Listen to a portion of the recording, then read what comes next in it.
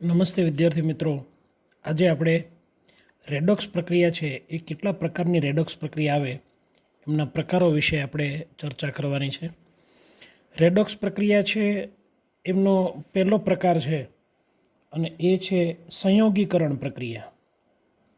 સંયોગીકરણ પ્રક્રિયા સંયોગીકરણ પ્રક્રિયા કોને કહેવી? આપણે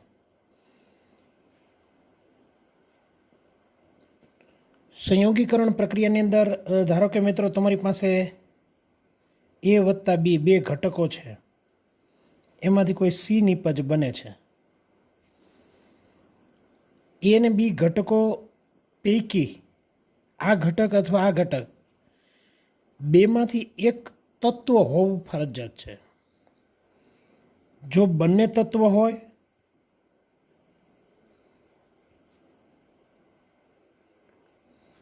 અથવા એક ઘટક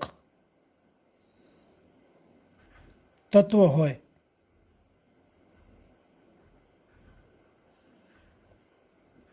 ત્યારે તેમાંથી સંયોજન બને તો આને આપણે પ્રક્રિયાને નામ આપશું સંયોગીકરણની પ્રક્રિયા. બેમાંથી એક ઘટક તત્વ હોય કાં બંને તત્વો હોય, એ ને બી બંને તત્વો હોય, અથવા તો કાં એ તત્વ હોય અથવા બી તત્વ હોય, બેમાંથી એક તત્વ હોવું ફરજિયાત છે અને એમાંથી એક જ સંયોજન બને ત્યારે આ પ્રક્રિયાને આપણે કહીશું સંયોગીકરણની પ્રક્રિયા. તો કે સાહેબ એમાં કંઈ ખ્યાલ ન આવ્યો, ખરેખર શું કીધું એમ. હું તમને કંઈ એક્ઝામ્પલ આપું કે મારી પાસે સી સોલિડ વત્તા O2 gives CO2 બન્યું. આ ગેસ મારી પાસે આ પ્રક્રિયા છે. સી વત્તા O2 એટલે CO2 બન્યું. ઓકે, સી વત્તા O2 એટલે CO2 બન્યું. હવે આ પ્રક્રિયા દરમિયાન મિત્રો બરાબર યાદ રાખો, ક્યાંય કાર્બનનો તત્વ છે એટલે 0, ઓક્સિજન તત્વ છે એટલે 0. આમાં કાર્બનનો ઓક્સિડેશન અવસ્થા +4, કારણ કે ઓની -2, બેની -4, ઉલબા જાય તો +4, અને ઓની આમાં -2. જુઓ, કાર્બનમાં ઓક્સિડેશન થયું, વધારો થયો એટલે, અને આ 0માંથી -2 એટલે ઘટાડો થયો એટલે રિડક્શન થયું. જો આપેલી પ્રક્રિયા રેડોક્સ પ્રક્રિયા છે. હવે આમાં જોડાણા એ અને બી બે તત્વો, એમાંથી એક જ નિપજ બની. હવે આ બંને તત્વો છે, બંને તત્વ સ્વરૂપે છે, તો બંને તત્વ હોય તો અને એમાંથી એક જ સંયોજન બને તો આ પ્રક્રિયાને કહીશું સંયોગીકરણની પ્રક્રિયા. બંને ભેગું થયું, કમ્બાઈન થયા, અને કમ્બાઈન થઈને એક જ પ્રકારની નિપજ બનાવે છે. હવે મિત્રો બરાબર ધ્યાનથી સમજો. આ પહેલું એક એક્ઝામ્પલ મેં તમને આપ્યું. બીજું એક એવું તમને સરસ મજાનું ઉદાહરણ આપું છું કે મારી પાસે મેગ્નેશિયમ ધાતુ છે, એને હું ડાયનાઇટ્રોજન એટલે N2 સાથે પ્રક્રિયા કરું છું, એટલે આમાંથી આવું સંયોજન બને છે Mg3N2. તો કે સાહેબ આવી કેવી રીતે આપણને ખ્યાલ આવે કે આ જ સંયોજન બન્યું છે? તો એના માટેનું મિત્રો યાદ રાખો કે તમે ભણી ગયા છો કે Mgની સંયોજકતા +2 હોય અને Nની સંયોજકતા -3 હોય. આની સંયોજકતા આને મળે, આની સંયોજકતા આને મળે, એટલે Mg3N2 બન્યું. અહીં Mg3 છે તો હું આને 3 વડે ગુણીશ. અહીંયા નાઇટ્રોજન 2 છે તો અહીંયા નાઇટ્રોજન 2 છે, ગુણવાની જરૂર નથી. હવે જુઓ, આ પણ તત્વ છે, કોઈ પણ તત્વ હોય એને ઓક્સિડેશન અવસ્થા 0, N2 એટલે એક જ પ્રકારના પરમાણુનો બનેલો પદાર્થ એટલે તત્વ કહેવાય, એટલે આની પણ 0. અચ્છા, અહીંયા મેગ્નેશિયમની +2 છે અને Nની -3 છે. તો મારો કહેવાનો અર્થ, આમાં જો વધારો થયો અને આમાં ઘટાડો થયો. જ્યારે બંને તત્વ હોય અને એમાંથી એક જ સંયોજન બને, અથવા તો એક તત્વ હોય અને બીજું કોઈ એક ઘટક હોય અને એમાંથી કોઈ એક સંયોજન બને, તો આ પ્રક્રિયાને આપણે નામ આપશું સંયોગીકરણની પ્રક્રિયા. આવા ઘણા બધા એક્ઝામ્પલ આપણી પાસે છે. દાખલા તરીકે મિત્રો યાદ રાખો, CH4 વત્તા O2. CH4 ગેસ છે, O2 ગેસ છે, એટલે આમાંથી તમને ખબર છે કોઈ પણ કાર્બનિક સંયોજનો હોય એની ઓક્સિજનની હાજરીમાં તમે દહન કરો ત્યારે એમાંથી કાર્બન ડાયોક્સાઇડ, CO2 અને વત્તા પાણી બને છે. બે જ વસ્તુ બને, કાર્બન ડાયોક્સાઇડ અને પાણી બને છે. હવે કહેવાનો અર્થ બરાબર ધ્યાનથી સમજજો. આમાં કાર્બન છે એનો ઓક્સિડેશન અવસ્થા Hની +1 તો 4ની +4, ઓલી બાજુ જાય તો -4, એટલે -4માંથી +4 બન્યું છે આમાં, એટલે આમાં વધારો થયો. આમાં તત્વ છે 0 છે, એમાંથી -2 થયું એટલે ઘટાડો થયો, એટલે આ પણ રેડોક્સ પ્રક્રિયા થઈ. તમારી જાણ માટે કહી દો મિત્રો કે જેટલા પ્રકારની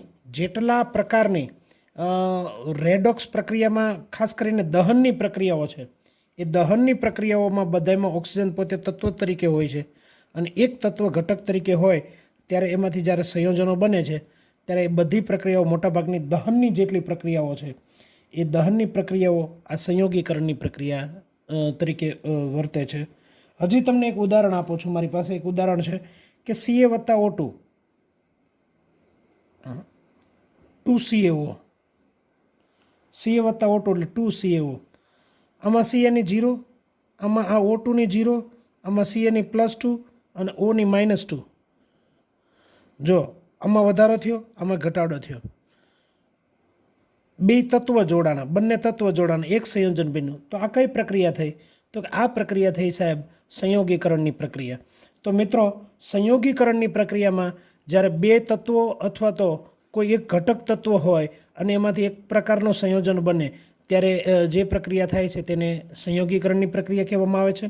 મોટાભાગની દહનની પ્રક્રિયા છે એ દહનની પ્રક્રિયામાં ખાસ કરીને ઓક્સિજન તત્વ સ્વરૂપે હોય ત્યારે એ મોટાભાગની પ્રક્રિયાઓ છે એ સંયોગીકરણ પ્રક્રિયા તરીકે વર્તે છે.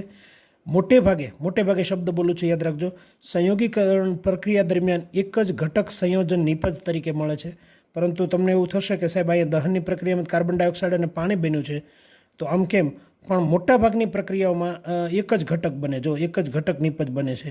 અહીંયા CO2 બન્યું, આમાં Mn3N2 બન્યું છે, આમાં CaO બન્યું છે.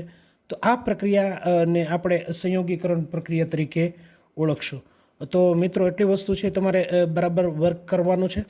ત્યારબાદ મારે તમને બીજી રીત જે સમજાવવાની છે એ બીજી રીત છે ઉષ્મીય વિઘટન રેડોક્સ પ્રક્રિયા. ઉષ્મીય વિઘટન રેડોક્સ પ્રક્રિયા. ઉષ્મીય વિઘટન રેડોક્સ પ્રક્રિયા. આમાં શું કહેવા માંગે છે એ મિત્રો બરાબર આપણે ધ્યાનથી જોશું. ખાસ કરીને આ પ્રક્રિયા છે આપણે સંયોગીકરણની જે પ્રક્રિયા ભણી ગયા છીએ એનાથી તદ્દન વિરુદ્ધ છે. સંયોગીકરણની પ્રક્રિયામાં આપણે શું ભણ્યા? તો કે બે તત્વો અથવા તો એક કોઈ ઘટક તત્વ જોડાય અને એમાંથી નિપજ બને તો એ સંયોગીકરણ. એનાથી અહીં ઉલટું છે. અહીં લખું છું તે સંયોગીકરણ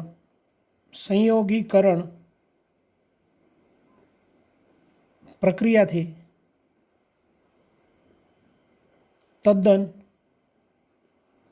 વિરુદ્ધ પ્રક્રિયા છે મિત્રો. સંયોગીકરણ પ્રક્રિયાથી વિરુદ્ધ પ્રક્રિયા છે. હવે આમાં શું થાય છે તો કે બરાબર ધ્યાનથી સમજો. આમાં સંયોજન તૂટી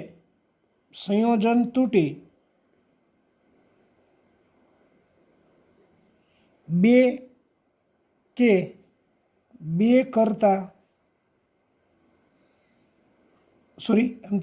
કે તેથી વધુ ઘટકો, બે કરતાં વધુ ઘટકોમાં વિભાજિત થાય.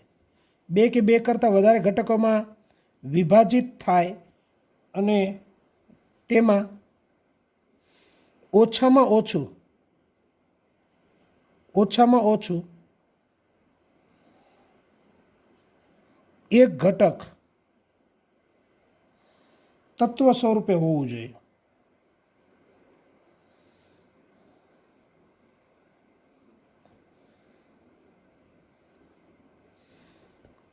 તો કે સાહેબ આમાં કંઈ ખ્યાલ ના આવ્યો.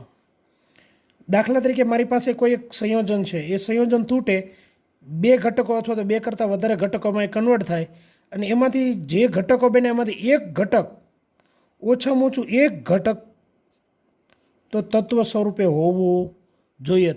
તો અને માત્ર તો જ તેને આપણે ઉષ્મીય વિઘટન પ્રક્રિયા તરીકે ઓળખશું. વિઘટન થવું એટલે છૂટું પડવું, પરંતુ જે ઘટકો છૂટા પડે એમાંથી એક તો તત્વ હોવું ફરજિયાત છે. આગળ તમને એક એક્ઝામ્પલ દ્વારા સમજાવીશ કે ખરેખર ઉષ્મીય વિઘટન રેડોક્સ પ્રક્રિયા કોને નથી બીજી કહી શકાતી, એવી બીજી એક પ્રક્રિયા આપણે જોશું. ચાલો હું તમને ઉદાહરણ આપું છું. મારી પાસે એક ઉદાહરણ છે H2O. H2O છે તો એમાંથી H2 + 1/2 O2 બને. અથવા તો 1/2 ન લખવું હોય, આખું પૂર્ણમાં લખવું હોય તો O2 અહીં લખું છું, તો આના બે અણુ વડે ગુણી નાખીશ તો 2H2 + O2 બન્યું. ચાલો, મારી પાસે એક ઘટક સંયોજન હતું, એને મેં માત્ર ગરમ કર્યું છે એટલે ઉષ્મીયનું વિઘટન થયું. ઉષ્મી આમ તો ખરેખર વિદ્યુત વિભાજન દ્વારા ખૂબ ઊંચું ટેમ્પરેચર આપ્યા પછી ડાયહાઇડ્રોજન અને ઓક્સિજન વાયુ મુક્ત થાય છે. તો જો આ ઘટક સંયોજન છે એને મેં ગરમી આપી એટલે આમાંથી બે ઘટકો છૂટા પડ્યા અને આ બંને તત્વ જ છે. જો આ પણ તત્વ છે. તત્વ એટલે શું આપ જાણો છો કે એક જ પ્રકારના પરમાણુનો બનેલો પદાર્થ. આ જો O2 છે એટલે O, હાઇડ્રોજન છે એટલે હાઇડ્રોજન Hના જ બધા બનેલા છે. તો આને આપણે તત્વ કહીશું. હવે મિત્રો બરાબર ધ્યાનથી સમજજો. બીજું ઉદાહરણ તમારી સમક્ષ ઉષ્મીય વિઘટનનું એક આપું છું. ઉષ્મીય વિઘટનમાં બીજું ઉદાહરણ છે મારી પાસે 2NaH. આમાંથી બે સોડિયમના અણુ છૂટા પડ્યા અને બે હાઇડ્રોજન એટલે H2 છૂટું પડ્યું. તો જો આમાં બંને તત્વો જ છૂટા પડ્યા. કોઈ એક ઘટક સંયોજન છે એને તમે ગરમી આપતા એ ઘટકો બે અથવા બે કરતાં વધારે ઘટકો બને અને એમાંથી બંને તત્વો હોઈ શકે અથવા તો ઓછામાં ઓછો એક તો તત્વ હોવો જોઈએ અને આમ બંને તત્વો છે. તો આને કહેશું આપણે ઉષ્મીય વિઘટન. એનાથી ઉલટું જો યાદ રાખો બે તત્વો જોડાઈને એક સંયોજન બને તો સંયોગીકરણ, પરંતુ એક સંયોજન તૂટી અને બે તત્વો બને અથવા તો એક ઓછામાં ઓછો એક તત્વ હોય તો પણ એને આપણે ઉષ્મીય વિઘટન એવું એનું આપણે નામ આપ્યું હતું. હજી મારી પાસે એક પ્રક્રિયા છે. તમારે આ પણ પ્રક્રિયા ટેક્સ્ટબુકની અંદર ઘણી બધી વાર રિપીટ થવાની છે. Potassium chlorate 2KClO3. તો આમાંથી 2 KCl છૂટા પડે અને વત્તા ઓક્સિજન ટોટલ 6 એટલે 3O2 છૂટા પડે. મારો કહેવાનો અર્થ આ ઉષ્મીય વિઘટનની પ્રક્રિયા આપણે રાસાયણિક સંતુલન રાસાયણિક ગતિકી ચેપ્ટર ભણશું એમાં પણ ઉદ્દીપક તરીકેની કામમાં આ પ્રક્રિયાનો ઉપયોગ થશે. અહીં તમને સમજાવું છું. આમાં K છે એનો ઓક્સિડેશન અવસ્થા ફિક્સ જ રહી છે. Cl છે તો O-2 એટલે 3-6, K-1 એટલે -5, ઓલી બાજુ જાય તો +5. આમાં Cl+5 છે, આમાં Cl-1 છે, Oનો આમાં -2 છે અને આમાં Oનો 0 છે. તો જુઓ આમાં શું થયું તો કે ઘટાડો થયો, આમાં શું થયું તો કે વધારો થયો. ઘટાડો થયો એટલે આ રિડક્શન થયું, આ શું થયું તો કે ઓક્સિડેશન થયું. એટલે પાછા જોતું જવાનું કે આ રેડોક્સ પ્રક્રિયા છે કે નહીં. ઉદાહરણો આપણે જે કોઈ આપીએ પણ એમાં રેડોક્સ પ્રક્રિયા હોવી જરૂરી છે. આમાં દાખલા તરીકે સોડિયમ છે એનો +1 હોય, હાઇડ્રોજનનો હાઇડ્રાઇડ છે એટલે -1 હોય, તો આમાં સોડિયમનો 0 છે, આમાંય 0 છે. +1માંથી 0 એટલે ઘટાડો, -1માંથી 0 એટલે વધારો. એટલે આ પણ રેડોક્સ પ્રક્રિયા છે.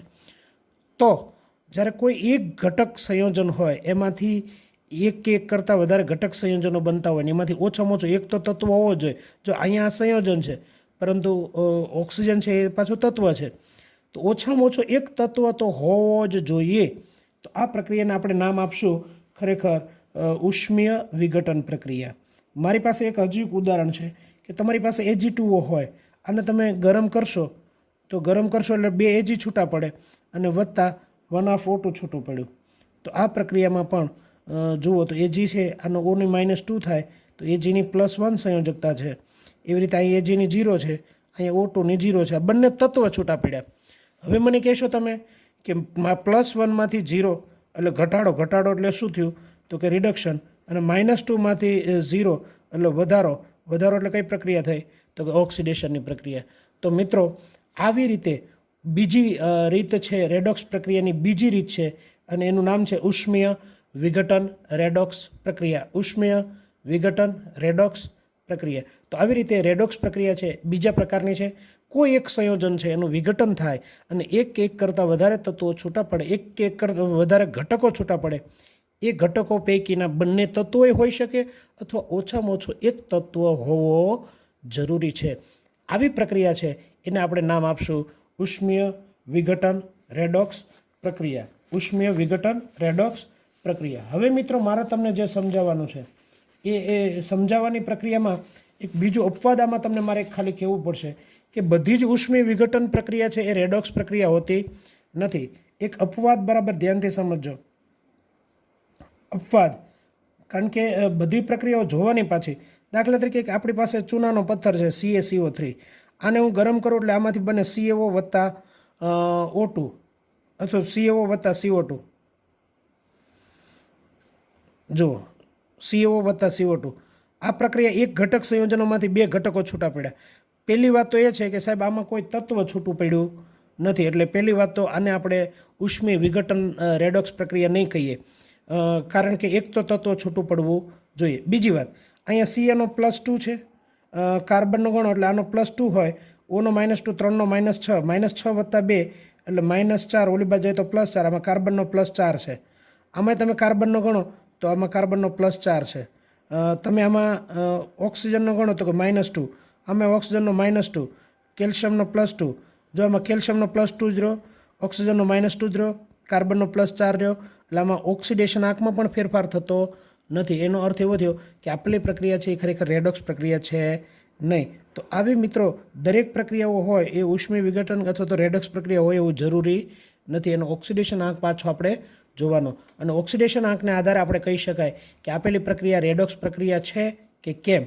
તો મિત્રો આપણે આ જોયું, એ પ્રક્રિયા હતી ઉષ્મી વિઘટન, રેડોક્સ. હવે મિત્રો ત્રીજો પ્રકાર આપણે જોવાનો છે એ રેડોક્સ પ્રક્રિયાનો પ્રકાર છે વિષમીકરણ રેડોક્સ પ્રક્રિયા.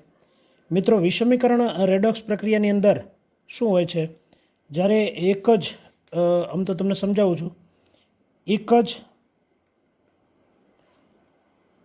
ઓક્સિડેશન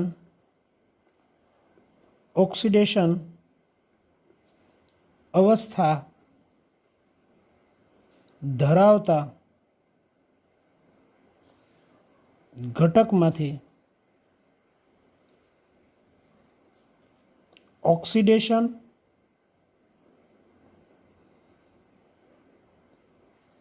અને રિડક્શન, ઓક્સિડેશન અને રિડક્શન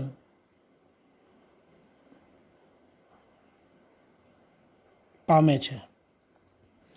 તો કે સાહેબ સમજાણું નહીં, શું કહેવા માંગો છો એમ. દાખલા તરીકે મારી પાસે એક આવી પ્રક્રિયા છે H2O2, હાઇડ્રોજન પેરોક્સાઇડ. એવું એક ઉદાહરણ તમને સમજાવું છું. હાઇડ્રોજન પેરોક્સાઇડ હોય ને એમાંથી H2O બને અને ઓક્સિજન છૂટો પડે. મારા આને પૂર્ણાંકમાં લખવા માટે આનું 2 વડે ગુણીશ એટલે ઓક્સિજન 4 થયા, આનો 2 વડે ગુણીશ એટલે હાઇડ્રોજન 4 થઈ ગયા. બેલેન્સ કર્યું મેં. હવે તમે મને કહેશો આમાં ઓક્સિજનમાં, હાઇડ્રોજન પેરોક્સાઇડમાં આપણે ભણી ગયા છીએ કે પેરોક્સાઇડ સંયોજનો હોય એમાં ઓક્સિજનનો ઓક્સિડેશન આંક -1 હોય, આપ સારી રીતે જાણો છો. અચ્છા, હવે આમાં ઓક્સિજન છે એનો ઓક્સિડેશન અવસ્થા -2 છે, આમાં ઓક્સિજન છે એની ઓક્સિડેશન અવસ્થા 0 છે. હવે તમે મને કહો આમાં એક જ ઓક્સિજન એક જે ઘટક હતો એમાંથી -1માંથી -2 થયું એટલે ઘટાડો થયો એટલે રિડક્શન થયું. એવી રીતે આમાંથી ને આમાંથી -1માંથી 0 થયો એટલે વધારો થયો એટલે ઓક્સિડેશન થયું. એક જ સંયોજન છે, એક જ ઘટક છે, એક ઘટકમાંથી એક જ ઘટક છે એમાંથી ઓક્સિડેશન થયું અને રિડક્શન થયું, બંને ઘટના એક સાથે બની છે. તો કોઈ એક જ ઘટક તત્વ હોય એમાંથી એનું ઓક્સિડેશન થતું હોય અને એનું રિડક્શન પણ થતું હોય, તો આવી પ્રક્રિયાને આપણે નામ આપશું રેડોક્સ પ્રક્રિયા. પણ કઈ રેડોક્સ પ્રક્રિયા? તો કે સાહેબ વિષમીકરણની રેડોક્સ પ્રક્રિયા. એટલે વિષમીકરણની રેડોક્સ પ્રક્રિયામાં એક જ ઘટક તત્વમાંથી ઓક્સિડેશન અને રિડક્શન બંને એક સાથે થતું હોય, તો આને આપણે વિષમીકરણ રેડોક્સ પ્રક્રિયા તરીકે ઓળખશું. હવે મિત્રો મારે તમને એવું બીજું એક ઉદાહરણ દેવું છે. બીજું ઉદાહરણ છે, દાખલા તરીકે તમે ભણી ગયા છો P4, મેં તમને અપવાદ પ્રક્રિયા કરાવી હતી, +OH- gives બેઝિક માધ્યમમાં તમે પ્રક્રિયા કરો ત્યારે ખરેખર તો પાણીનો અણુ હોય જ એમાં. આખી પ્રક્રિયા તમને બેલેન્સ કરેલી આપું છું. એટલે P4 વાળી આપણે જે પ્રક્રિયા હતી કે નહીં, એમાંથી PH3 અને +H2PO2, આખી પ્રક્રિયા બેલેન્સ ન કરીએ તો આ પણ સમજાવી શકાય. ચાલો, P4 + OH વાળી એટલે PH3 અને +H2PO2. હવે તમે મને કહેશો કે P4માં Pનો કેટલો હોય તો કે 0, આમાં Pનો કેટલો હોય તો કે Hનો +1, 3નો +3, ઓલી બાજુ જાય તો -3 એટલે Pનો -3. આમાં Pનો ગણશો તો Hનો +1 તો 2નો +2, Oનો -2 તો 2નો -4, -4 + 2 એટલે -2, ઓલી બાજુ જાય તો +2, 2માંથી 1 જાય એટલે 1, એટલે આમાં આનો +1 આવે Pનો. હવે તમે મને કહેશો કે 0માંથી -3 એટલે ઘટાડો થયો અને 0માંથી +1 એટલે વધારો થયો. અહીંયા શું થયું તો કે સાહેબ અહીંયા રિડક્શન થયું, અને આમાં શું થયું તો કે આમાં ઓક્સિડેશન થયું. તો ઓક્સિડેશન અને રિડક્શન બંને ઘટનાઓ સાથે બનતી હોય છે. તો એક જ ઘટકમાંથી જો ઓક્સિડેશન થયું અને એનું રિડક્શન પણ થયું છે. તો આવી જે પ્રક્રિયાઓ છે એ પ્રક્રિયાઓને આપણે નામ આપશું વિષમીકરણની પ્રક્રિયા. શું કહેશું આપણે? વિષમીકરણ રેડોક્સ પ્રક્રિયા તરીકે ઓળખશું. એક બીજું તમને સારું ઉદાહરણ આપું છું આમાં મિત્રો. મારી પાસે S8 છે, S8 એને પણ હું આલ્કલી એટલે કે બેઝિક માધ્યમમાં હું પ્રક્રિયા કરાવડાવું છું. એટલે મિત્રો આમાંથી આમ બનશે S-2 અને વત્તા S2O3 -2. ચાલો આનું શું છે તો કે 0, આનું શું છે તો કે -2, આનું શું છે તો કે ઓનો -2, 3નો -6, ઓલી બાજુ જાય તો પ્લસ 6, 6માંથી 2 જાય તો 4, એટલે S2 નો 4 તો 1 + 2. તો જુઓ આમાં શું થયું, 0માંથી -2 ઘટાડો, ઘટાડો એટલે શું થયું તો કે રિડક્શન. આમાં શું થયું વધારો, વધારો એટલે શું થયું તો કે ઓક્સિડેશન. કહેવાનો અર્થ એક જ ઘટકમાંથી એને ઘટકનું ઓક્સિડેશન થાય ને એનું રિડક્શન પણ થાય. એટલે રિડક્શન અને ઓક્સિડેશન પોતે એક જ ઘટક તત્વ સંભાળતો હોય, ઘટક સંયોજન, તો એને આપણે વિષમીકરણની રેડોક્સ પ્રક્રિયા, વિષમીકરણ રેડોક્સ પ્રક્રિયા તરીકે આપણે એને ઓળખશું. મિત્રો હવે મારે તમને જે સમજાવવાનું છે એમાં આપણે બીજું એક ઉદાહરણ જોઈએ. ફોર એક્ઝામ્પલ તમે ભણી ગયા છો કે જેમ P4 વાળા હતા એમ Cl2 વાળું પદે હતું, Cl2 + OH- gives ClO3- અને વત્તા તમે ભણી ગયા હતા Cl-. તો જો આમાં શું છે 0, આમાં શું છે ClO3-, ખરેખર ક્લોરેટ આયન કહેવાય. ClO3- માં ઓનો -2, 3નો -6, ઓલી બાજુ જાય તો +6, 6માંથી 1 જાય તો 5, 0માંથી +5 અને 0માંથી -1. અહીંયા શું થયું તો કે ઓક્સિડેશન થયું સાહેબ. અહીંયા શું થયું 0માંથી -1 તો કે રિડક્શન થયું. બંને પ્રક્રિયાઓ એક સાથે અનુભવાય છે, ઓક્સિડેશન થાય છે અને રિડક્શન થાય છે. એટલા માટે મિત્રો આવી પ્રક્રિયાને આપણે વિષમીકરણની રેડોક્સ પ્રક્રિયા તરીકે ઓળખીએ. કઈ પ્રક્રિયા તરીકે ઓળખીએ તો કે આનું વિષમીકરણ થયું છે અને રેડોક્સ પ્રક્રિયા થઈ છે. હવે મારે તમને જે સમજાવવાનું છે બરાબર ધ્યાનથી સમજજો. અહીંયા Cl2માંથી ClO3- બન્યું ક્લોરેટ આયન.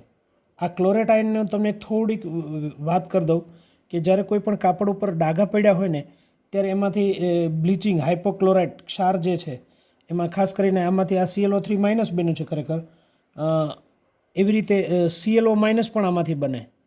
ClO-, આમ તો ClO- જ લખીએ તોય વાંધો નહીં. તો ઓનો -2, 2નો -4, સોરી 1 ઓનો -2, ઓલી બાજુ +2, +2માંથી 1 જાય એટલે +1.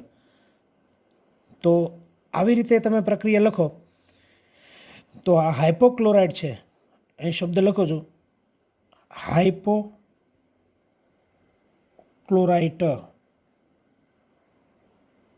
આ હાઇપોક્લોરાઇડ જે છે મિત્રો, એ હાઇપોક્લોરાઇડ છે એ રંગીન ડાઘાઓ છે એનું ઓક્સિડેશન કરી અને રંગવિહીન બનાવે છે. એટલે રંગીન ડાઘ જે છે એ રંગીન ડાઘ છે એ દૂર કરે છે. બ્લીચિંગ ઘટક તરીકેનું ખૂબ સારું એવું કામ કરે છે. મારું કહેવાનો અર્થ બીજી એક બહુ અગત્યની વાત આમાં મારે તમને સમજાવવાની છે કે જેમાં આ ક્લોરિન છે ને, ક્લોરિનની જગ્યાએ તમે બ્રોમિને લઈ શકો. અહીં Br2 + OH- એટલે BrO- + Br-. Cl2ની જગ્યાએ તમે Br2 પણ લઈ શકો, એની જગ્યાએ તમે I2 પણ લઈ શકો. પરંતુ મિત્રો યાદ રાખજો, પરંતુ F2 છે એ F2 લઈ શકાતો નથી. કારણ કે આપ તમે જાણો છો કે F2 છે એ પ્રબળ ઇલેક્ટ્રોનેગેટિવિટી છે, એટલે પ્રબળ ખૂબ વિદ્યુત ઋણીય તત્વ છે, એટલે એની પ્રક્રિયા છે એ થોડીક આ જે પ્રક્રિયાઓ છે એનાથી અલગ થશે. દાખલા તરીકે મારે અહીં લખો તો Br2, Cl2ની જગ્યાએ હું લખું Br2 + OH- ગીવડ BrO- + Br-. I2 લખો તો I2 + OH- ગીવડ IO- + I-. તો આવી રીતે તમે પ્રક્રિયા લખી શકો. પરંતુ મારે તમને ફ્લોરિનની જે પ્રક્રિયાઓ સમજાવવાની છે, ફ્લોરિનનું થોડાક લક્ષણો ક્લોરિન, બ્રોમિન અને આયોડિન કરતાં ફ્લોરિનના થોડાક લક્ષણો, બદલાતા લક્ષણો આવશે. એ ફ્લોરિનની તમને પ્રક્રિયાઓ સમજાવું છું, પણ એ પહેલાં આ તમારી સામે સ્ક્રીનમાં જે આખું બોર્ડ વર્ક છે એ બરાબર જોઈ જવાનું છે. કોઈ એક ઘટકમાંથી જ એનું ઓક્સિડેશન થતું હોય ને એ જ ઘટકનું રિડક્શન પણ થતું હોય, એ પોતે ઓક્સિડેશન કરતા હોય ને પોતે રિડક્શન કરતા હોય. આવી જે પ્રક્રિયાઓ છે એ પ્રક્રિયાઓને વિષમીકરણ પ્રક્રિયાઓ કહેવામાં આવે છે. વિષમીકરણની પ્રક્રિયાની અંદર P4, Cl2 વાળું, S8 વાળું હાઇડ્રોજન પેરોક્સાઇડનું વિઘટન, આવી બધી પ્રક્રિયાઓ આપણે યાદ રાખશું. હવે મારે તમને ફ્લોરિનવાળી જે વાત કરવાની છે એ ફ્લોરિનવાળી પ્રક્રિયાનું એક આપણે ઉદાહરણ જોઈએ. તો મિત્રો F2 જે છે એ OH માઇનસ સાથે પ્રક્રિયા કરે એટલે આમાંથી F માઇનસ બને, જેમ ઓલામાં Cl માઇનસ બનતું હતું એમ F માઇનસ બને, પરંતુ મિત્રો આમાં એક બીજું ઘટક બને O2F2 અથવા તો OF2 બને. આખી પ્રક્રિયાને બેલેન્સ કરવી હોય તો 2F2 વત્તા 2OH માઇનસ એટલે ફ્લોરિન 4 છે એટલે 2F અને 2 અહીંયા F એટલે 4 અને O અને વત્તા પાણીના અણુ વડે બેલેન્સ થશે એટલે હાઇડ્રોજન 2 છે એટલે H2O, એટલે આખી પ્રક્રિયા બેલેન્સ થઈ ગઈ. હવે મિત્રો મારે તમને જે સમજાવવાનું છે બરાબર ધ્યાનથી આપણે સમજીએ કે આપેલી જે પ્રક્રિયા છે એ આપેલી પ્રક્રિયામાં ખાસ કરીને આ 0 છે, આ -1 છે. ઓક્સિજન છે એ ફ્લોરિન સાથે પ્રક્રિયા કરે અને ઓક્સોફ્લોરાઇડ સંયોજનો બનાવે. બરાબર ધ્યાનથી સમજો. આમાં ઓક્સિજનની ઓક્સિડેશન અવસ્થા પ્લસ થાય છે, ઓક્સિજનની Fની -1 ઓલી -2 +2 થાય. હવે OF2 સાથેની પ્રક્રિયા થાય, પરંતુ મિત્રો બરાબર ધ્યાનથી સમજો, આમાં 0માંથી -1 થયું અને Fની હજી અહીંયા તો -1 જ છે, તો આ પ્રક્રિયામાં રેડોક્સ પ્રક્રિયા તરીકે વર્તતું નથી. મિત્રો બરાબર યાદ રાખજો કે અહીંયા એક જ ફ્લોરિન જે છે એ ખરેખર તો પાણી સાથે વિસ્ફોટક તરીકે વર્તે છે અને વિસ્ફોટક તરીકે વર્તી અને પાણી છે એ પાણી સાથેની વિસ્ફોટક તરીકેની પ્રક્રિયા કરી અને ફ્લોરાઇડ સંયોજનો છે એની ધન ઓક્સિડેશન અવસ્થા ક્યારેય જોવા મળે નહીં. શા માટે ન જોવા મળે? તો કે ફ્લોરિન છે, યાદ રાખો મિત્રો કે F એ આખા આવર્ત કોષ્ટકમાં સૌથી વધુ વિદ્યુત ઋણતા દર્શાવે છે. એટલે ફ્લોરિન હંમેશા F માઇનસ સ્વરૂપે જ હોય છે. F હંમેશા ઇલેક્ટ્રોન મેળવવાની વૃત્તિ જ હોય છે, કારણ કે આખા આવર્ત કોષ્ટકમાં સૌથી વધારે વિદ્યુત ઋણતા હોય તો એ ફ્લોરિનની છે અને એ આપણે 4 સ્વીકારેલી છે. સૌથી વધારે વિદ્યુત ઋણતા ધરાવતું તત્વ છે એ છે ફ્લોરિન. તો આવી રીતે મિત્રો આપણે પહેલો પ્રકાર જોઈએ તો સંયોગીકરણનો, બીજો જોઈએ તો ઉષ્મીય વિઘટનનો, ત્રીજો પ્રકાર જોયો આપણે વિષમીકરણની પ્રક્રિયાનો. હવે વિષમીકરણની પ્રક્રિયાઓનો આપણે પ્રકાર જોયો છે. ત્યારબાદ આપણી પાસે એક ચોથો પ્રકાર છે. એ ચોથો પ્રકાર છે વિસ્થાપનીય રેડોક્સ પ્રક્રિયા. એ વિસ્થાપનીય રેડોક્સ પ્રક્રિયા છે એમ તો આપણે સવિસ્તૃત જોવાનો છે, એટલે એમાં થોડોક મોટો લેક્ચરની પણ જરૂર પડશે. અને આ ઉપરાંત એની સાથે આપણે કેટલાક અપવાદ ઉદાહરણો જે તમારે કદાચ ઘણીવાર પૂછાણો હોય, ઘણા બધા MCQ તમે સોલ્વ કર્યા છે, એમની અંદર તમને કંઈ ડાઉટ હશે તો એ ચોથો છેલ્લો લેક્ચર આપણે લઈશું અને રેડોક્સ પ્રક્રિયા છે એ નેક્સ્ટ લેક્ચરની અંદર આપણે પૂર્ણ કરશું. પરંતુ આમાં ચોથી રીત જે છે એ ચોથી રીત વિસ્થાપનીય રેડોક્સ પ્રક્રિયા છે એ આપણે ધાતુની અંદર જોવાની છે અને અધાતુની અંદર જોવાની છે. એટલે નેક્સ્ટ લેક્ચરની અંદર એ બરાબર તમારે તૈયાર કરવાનું છે. Thank you.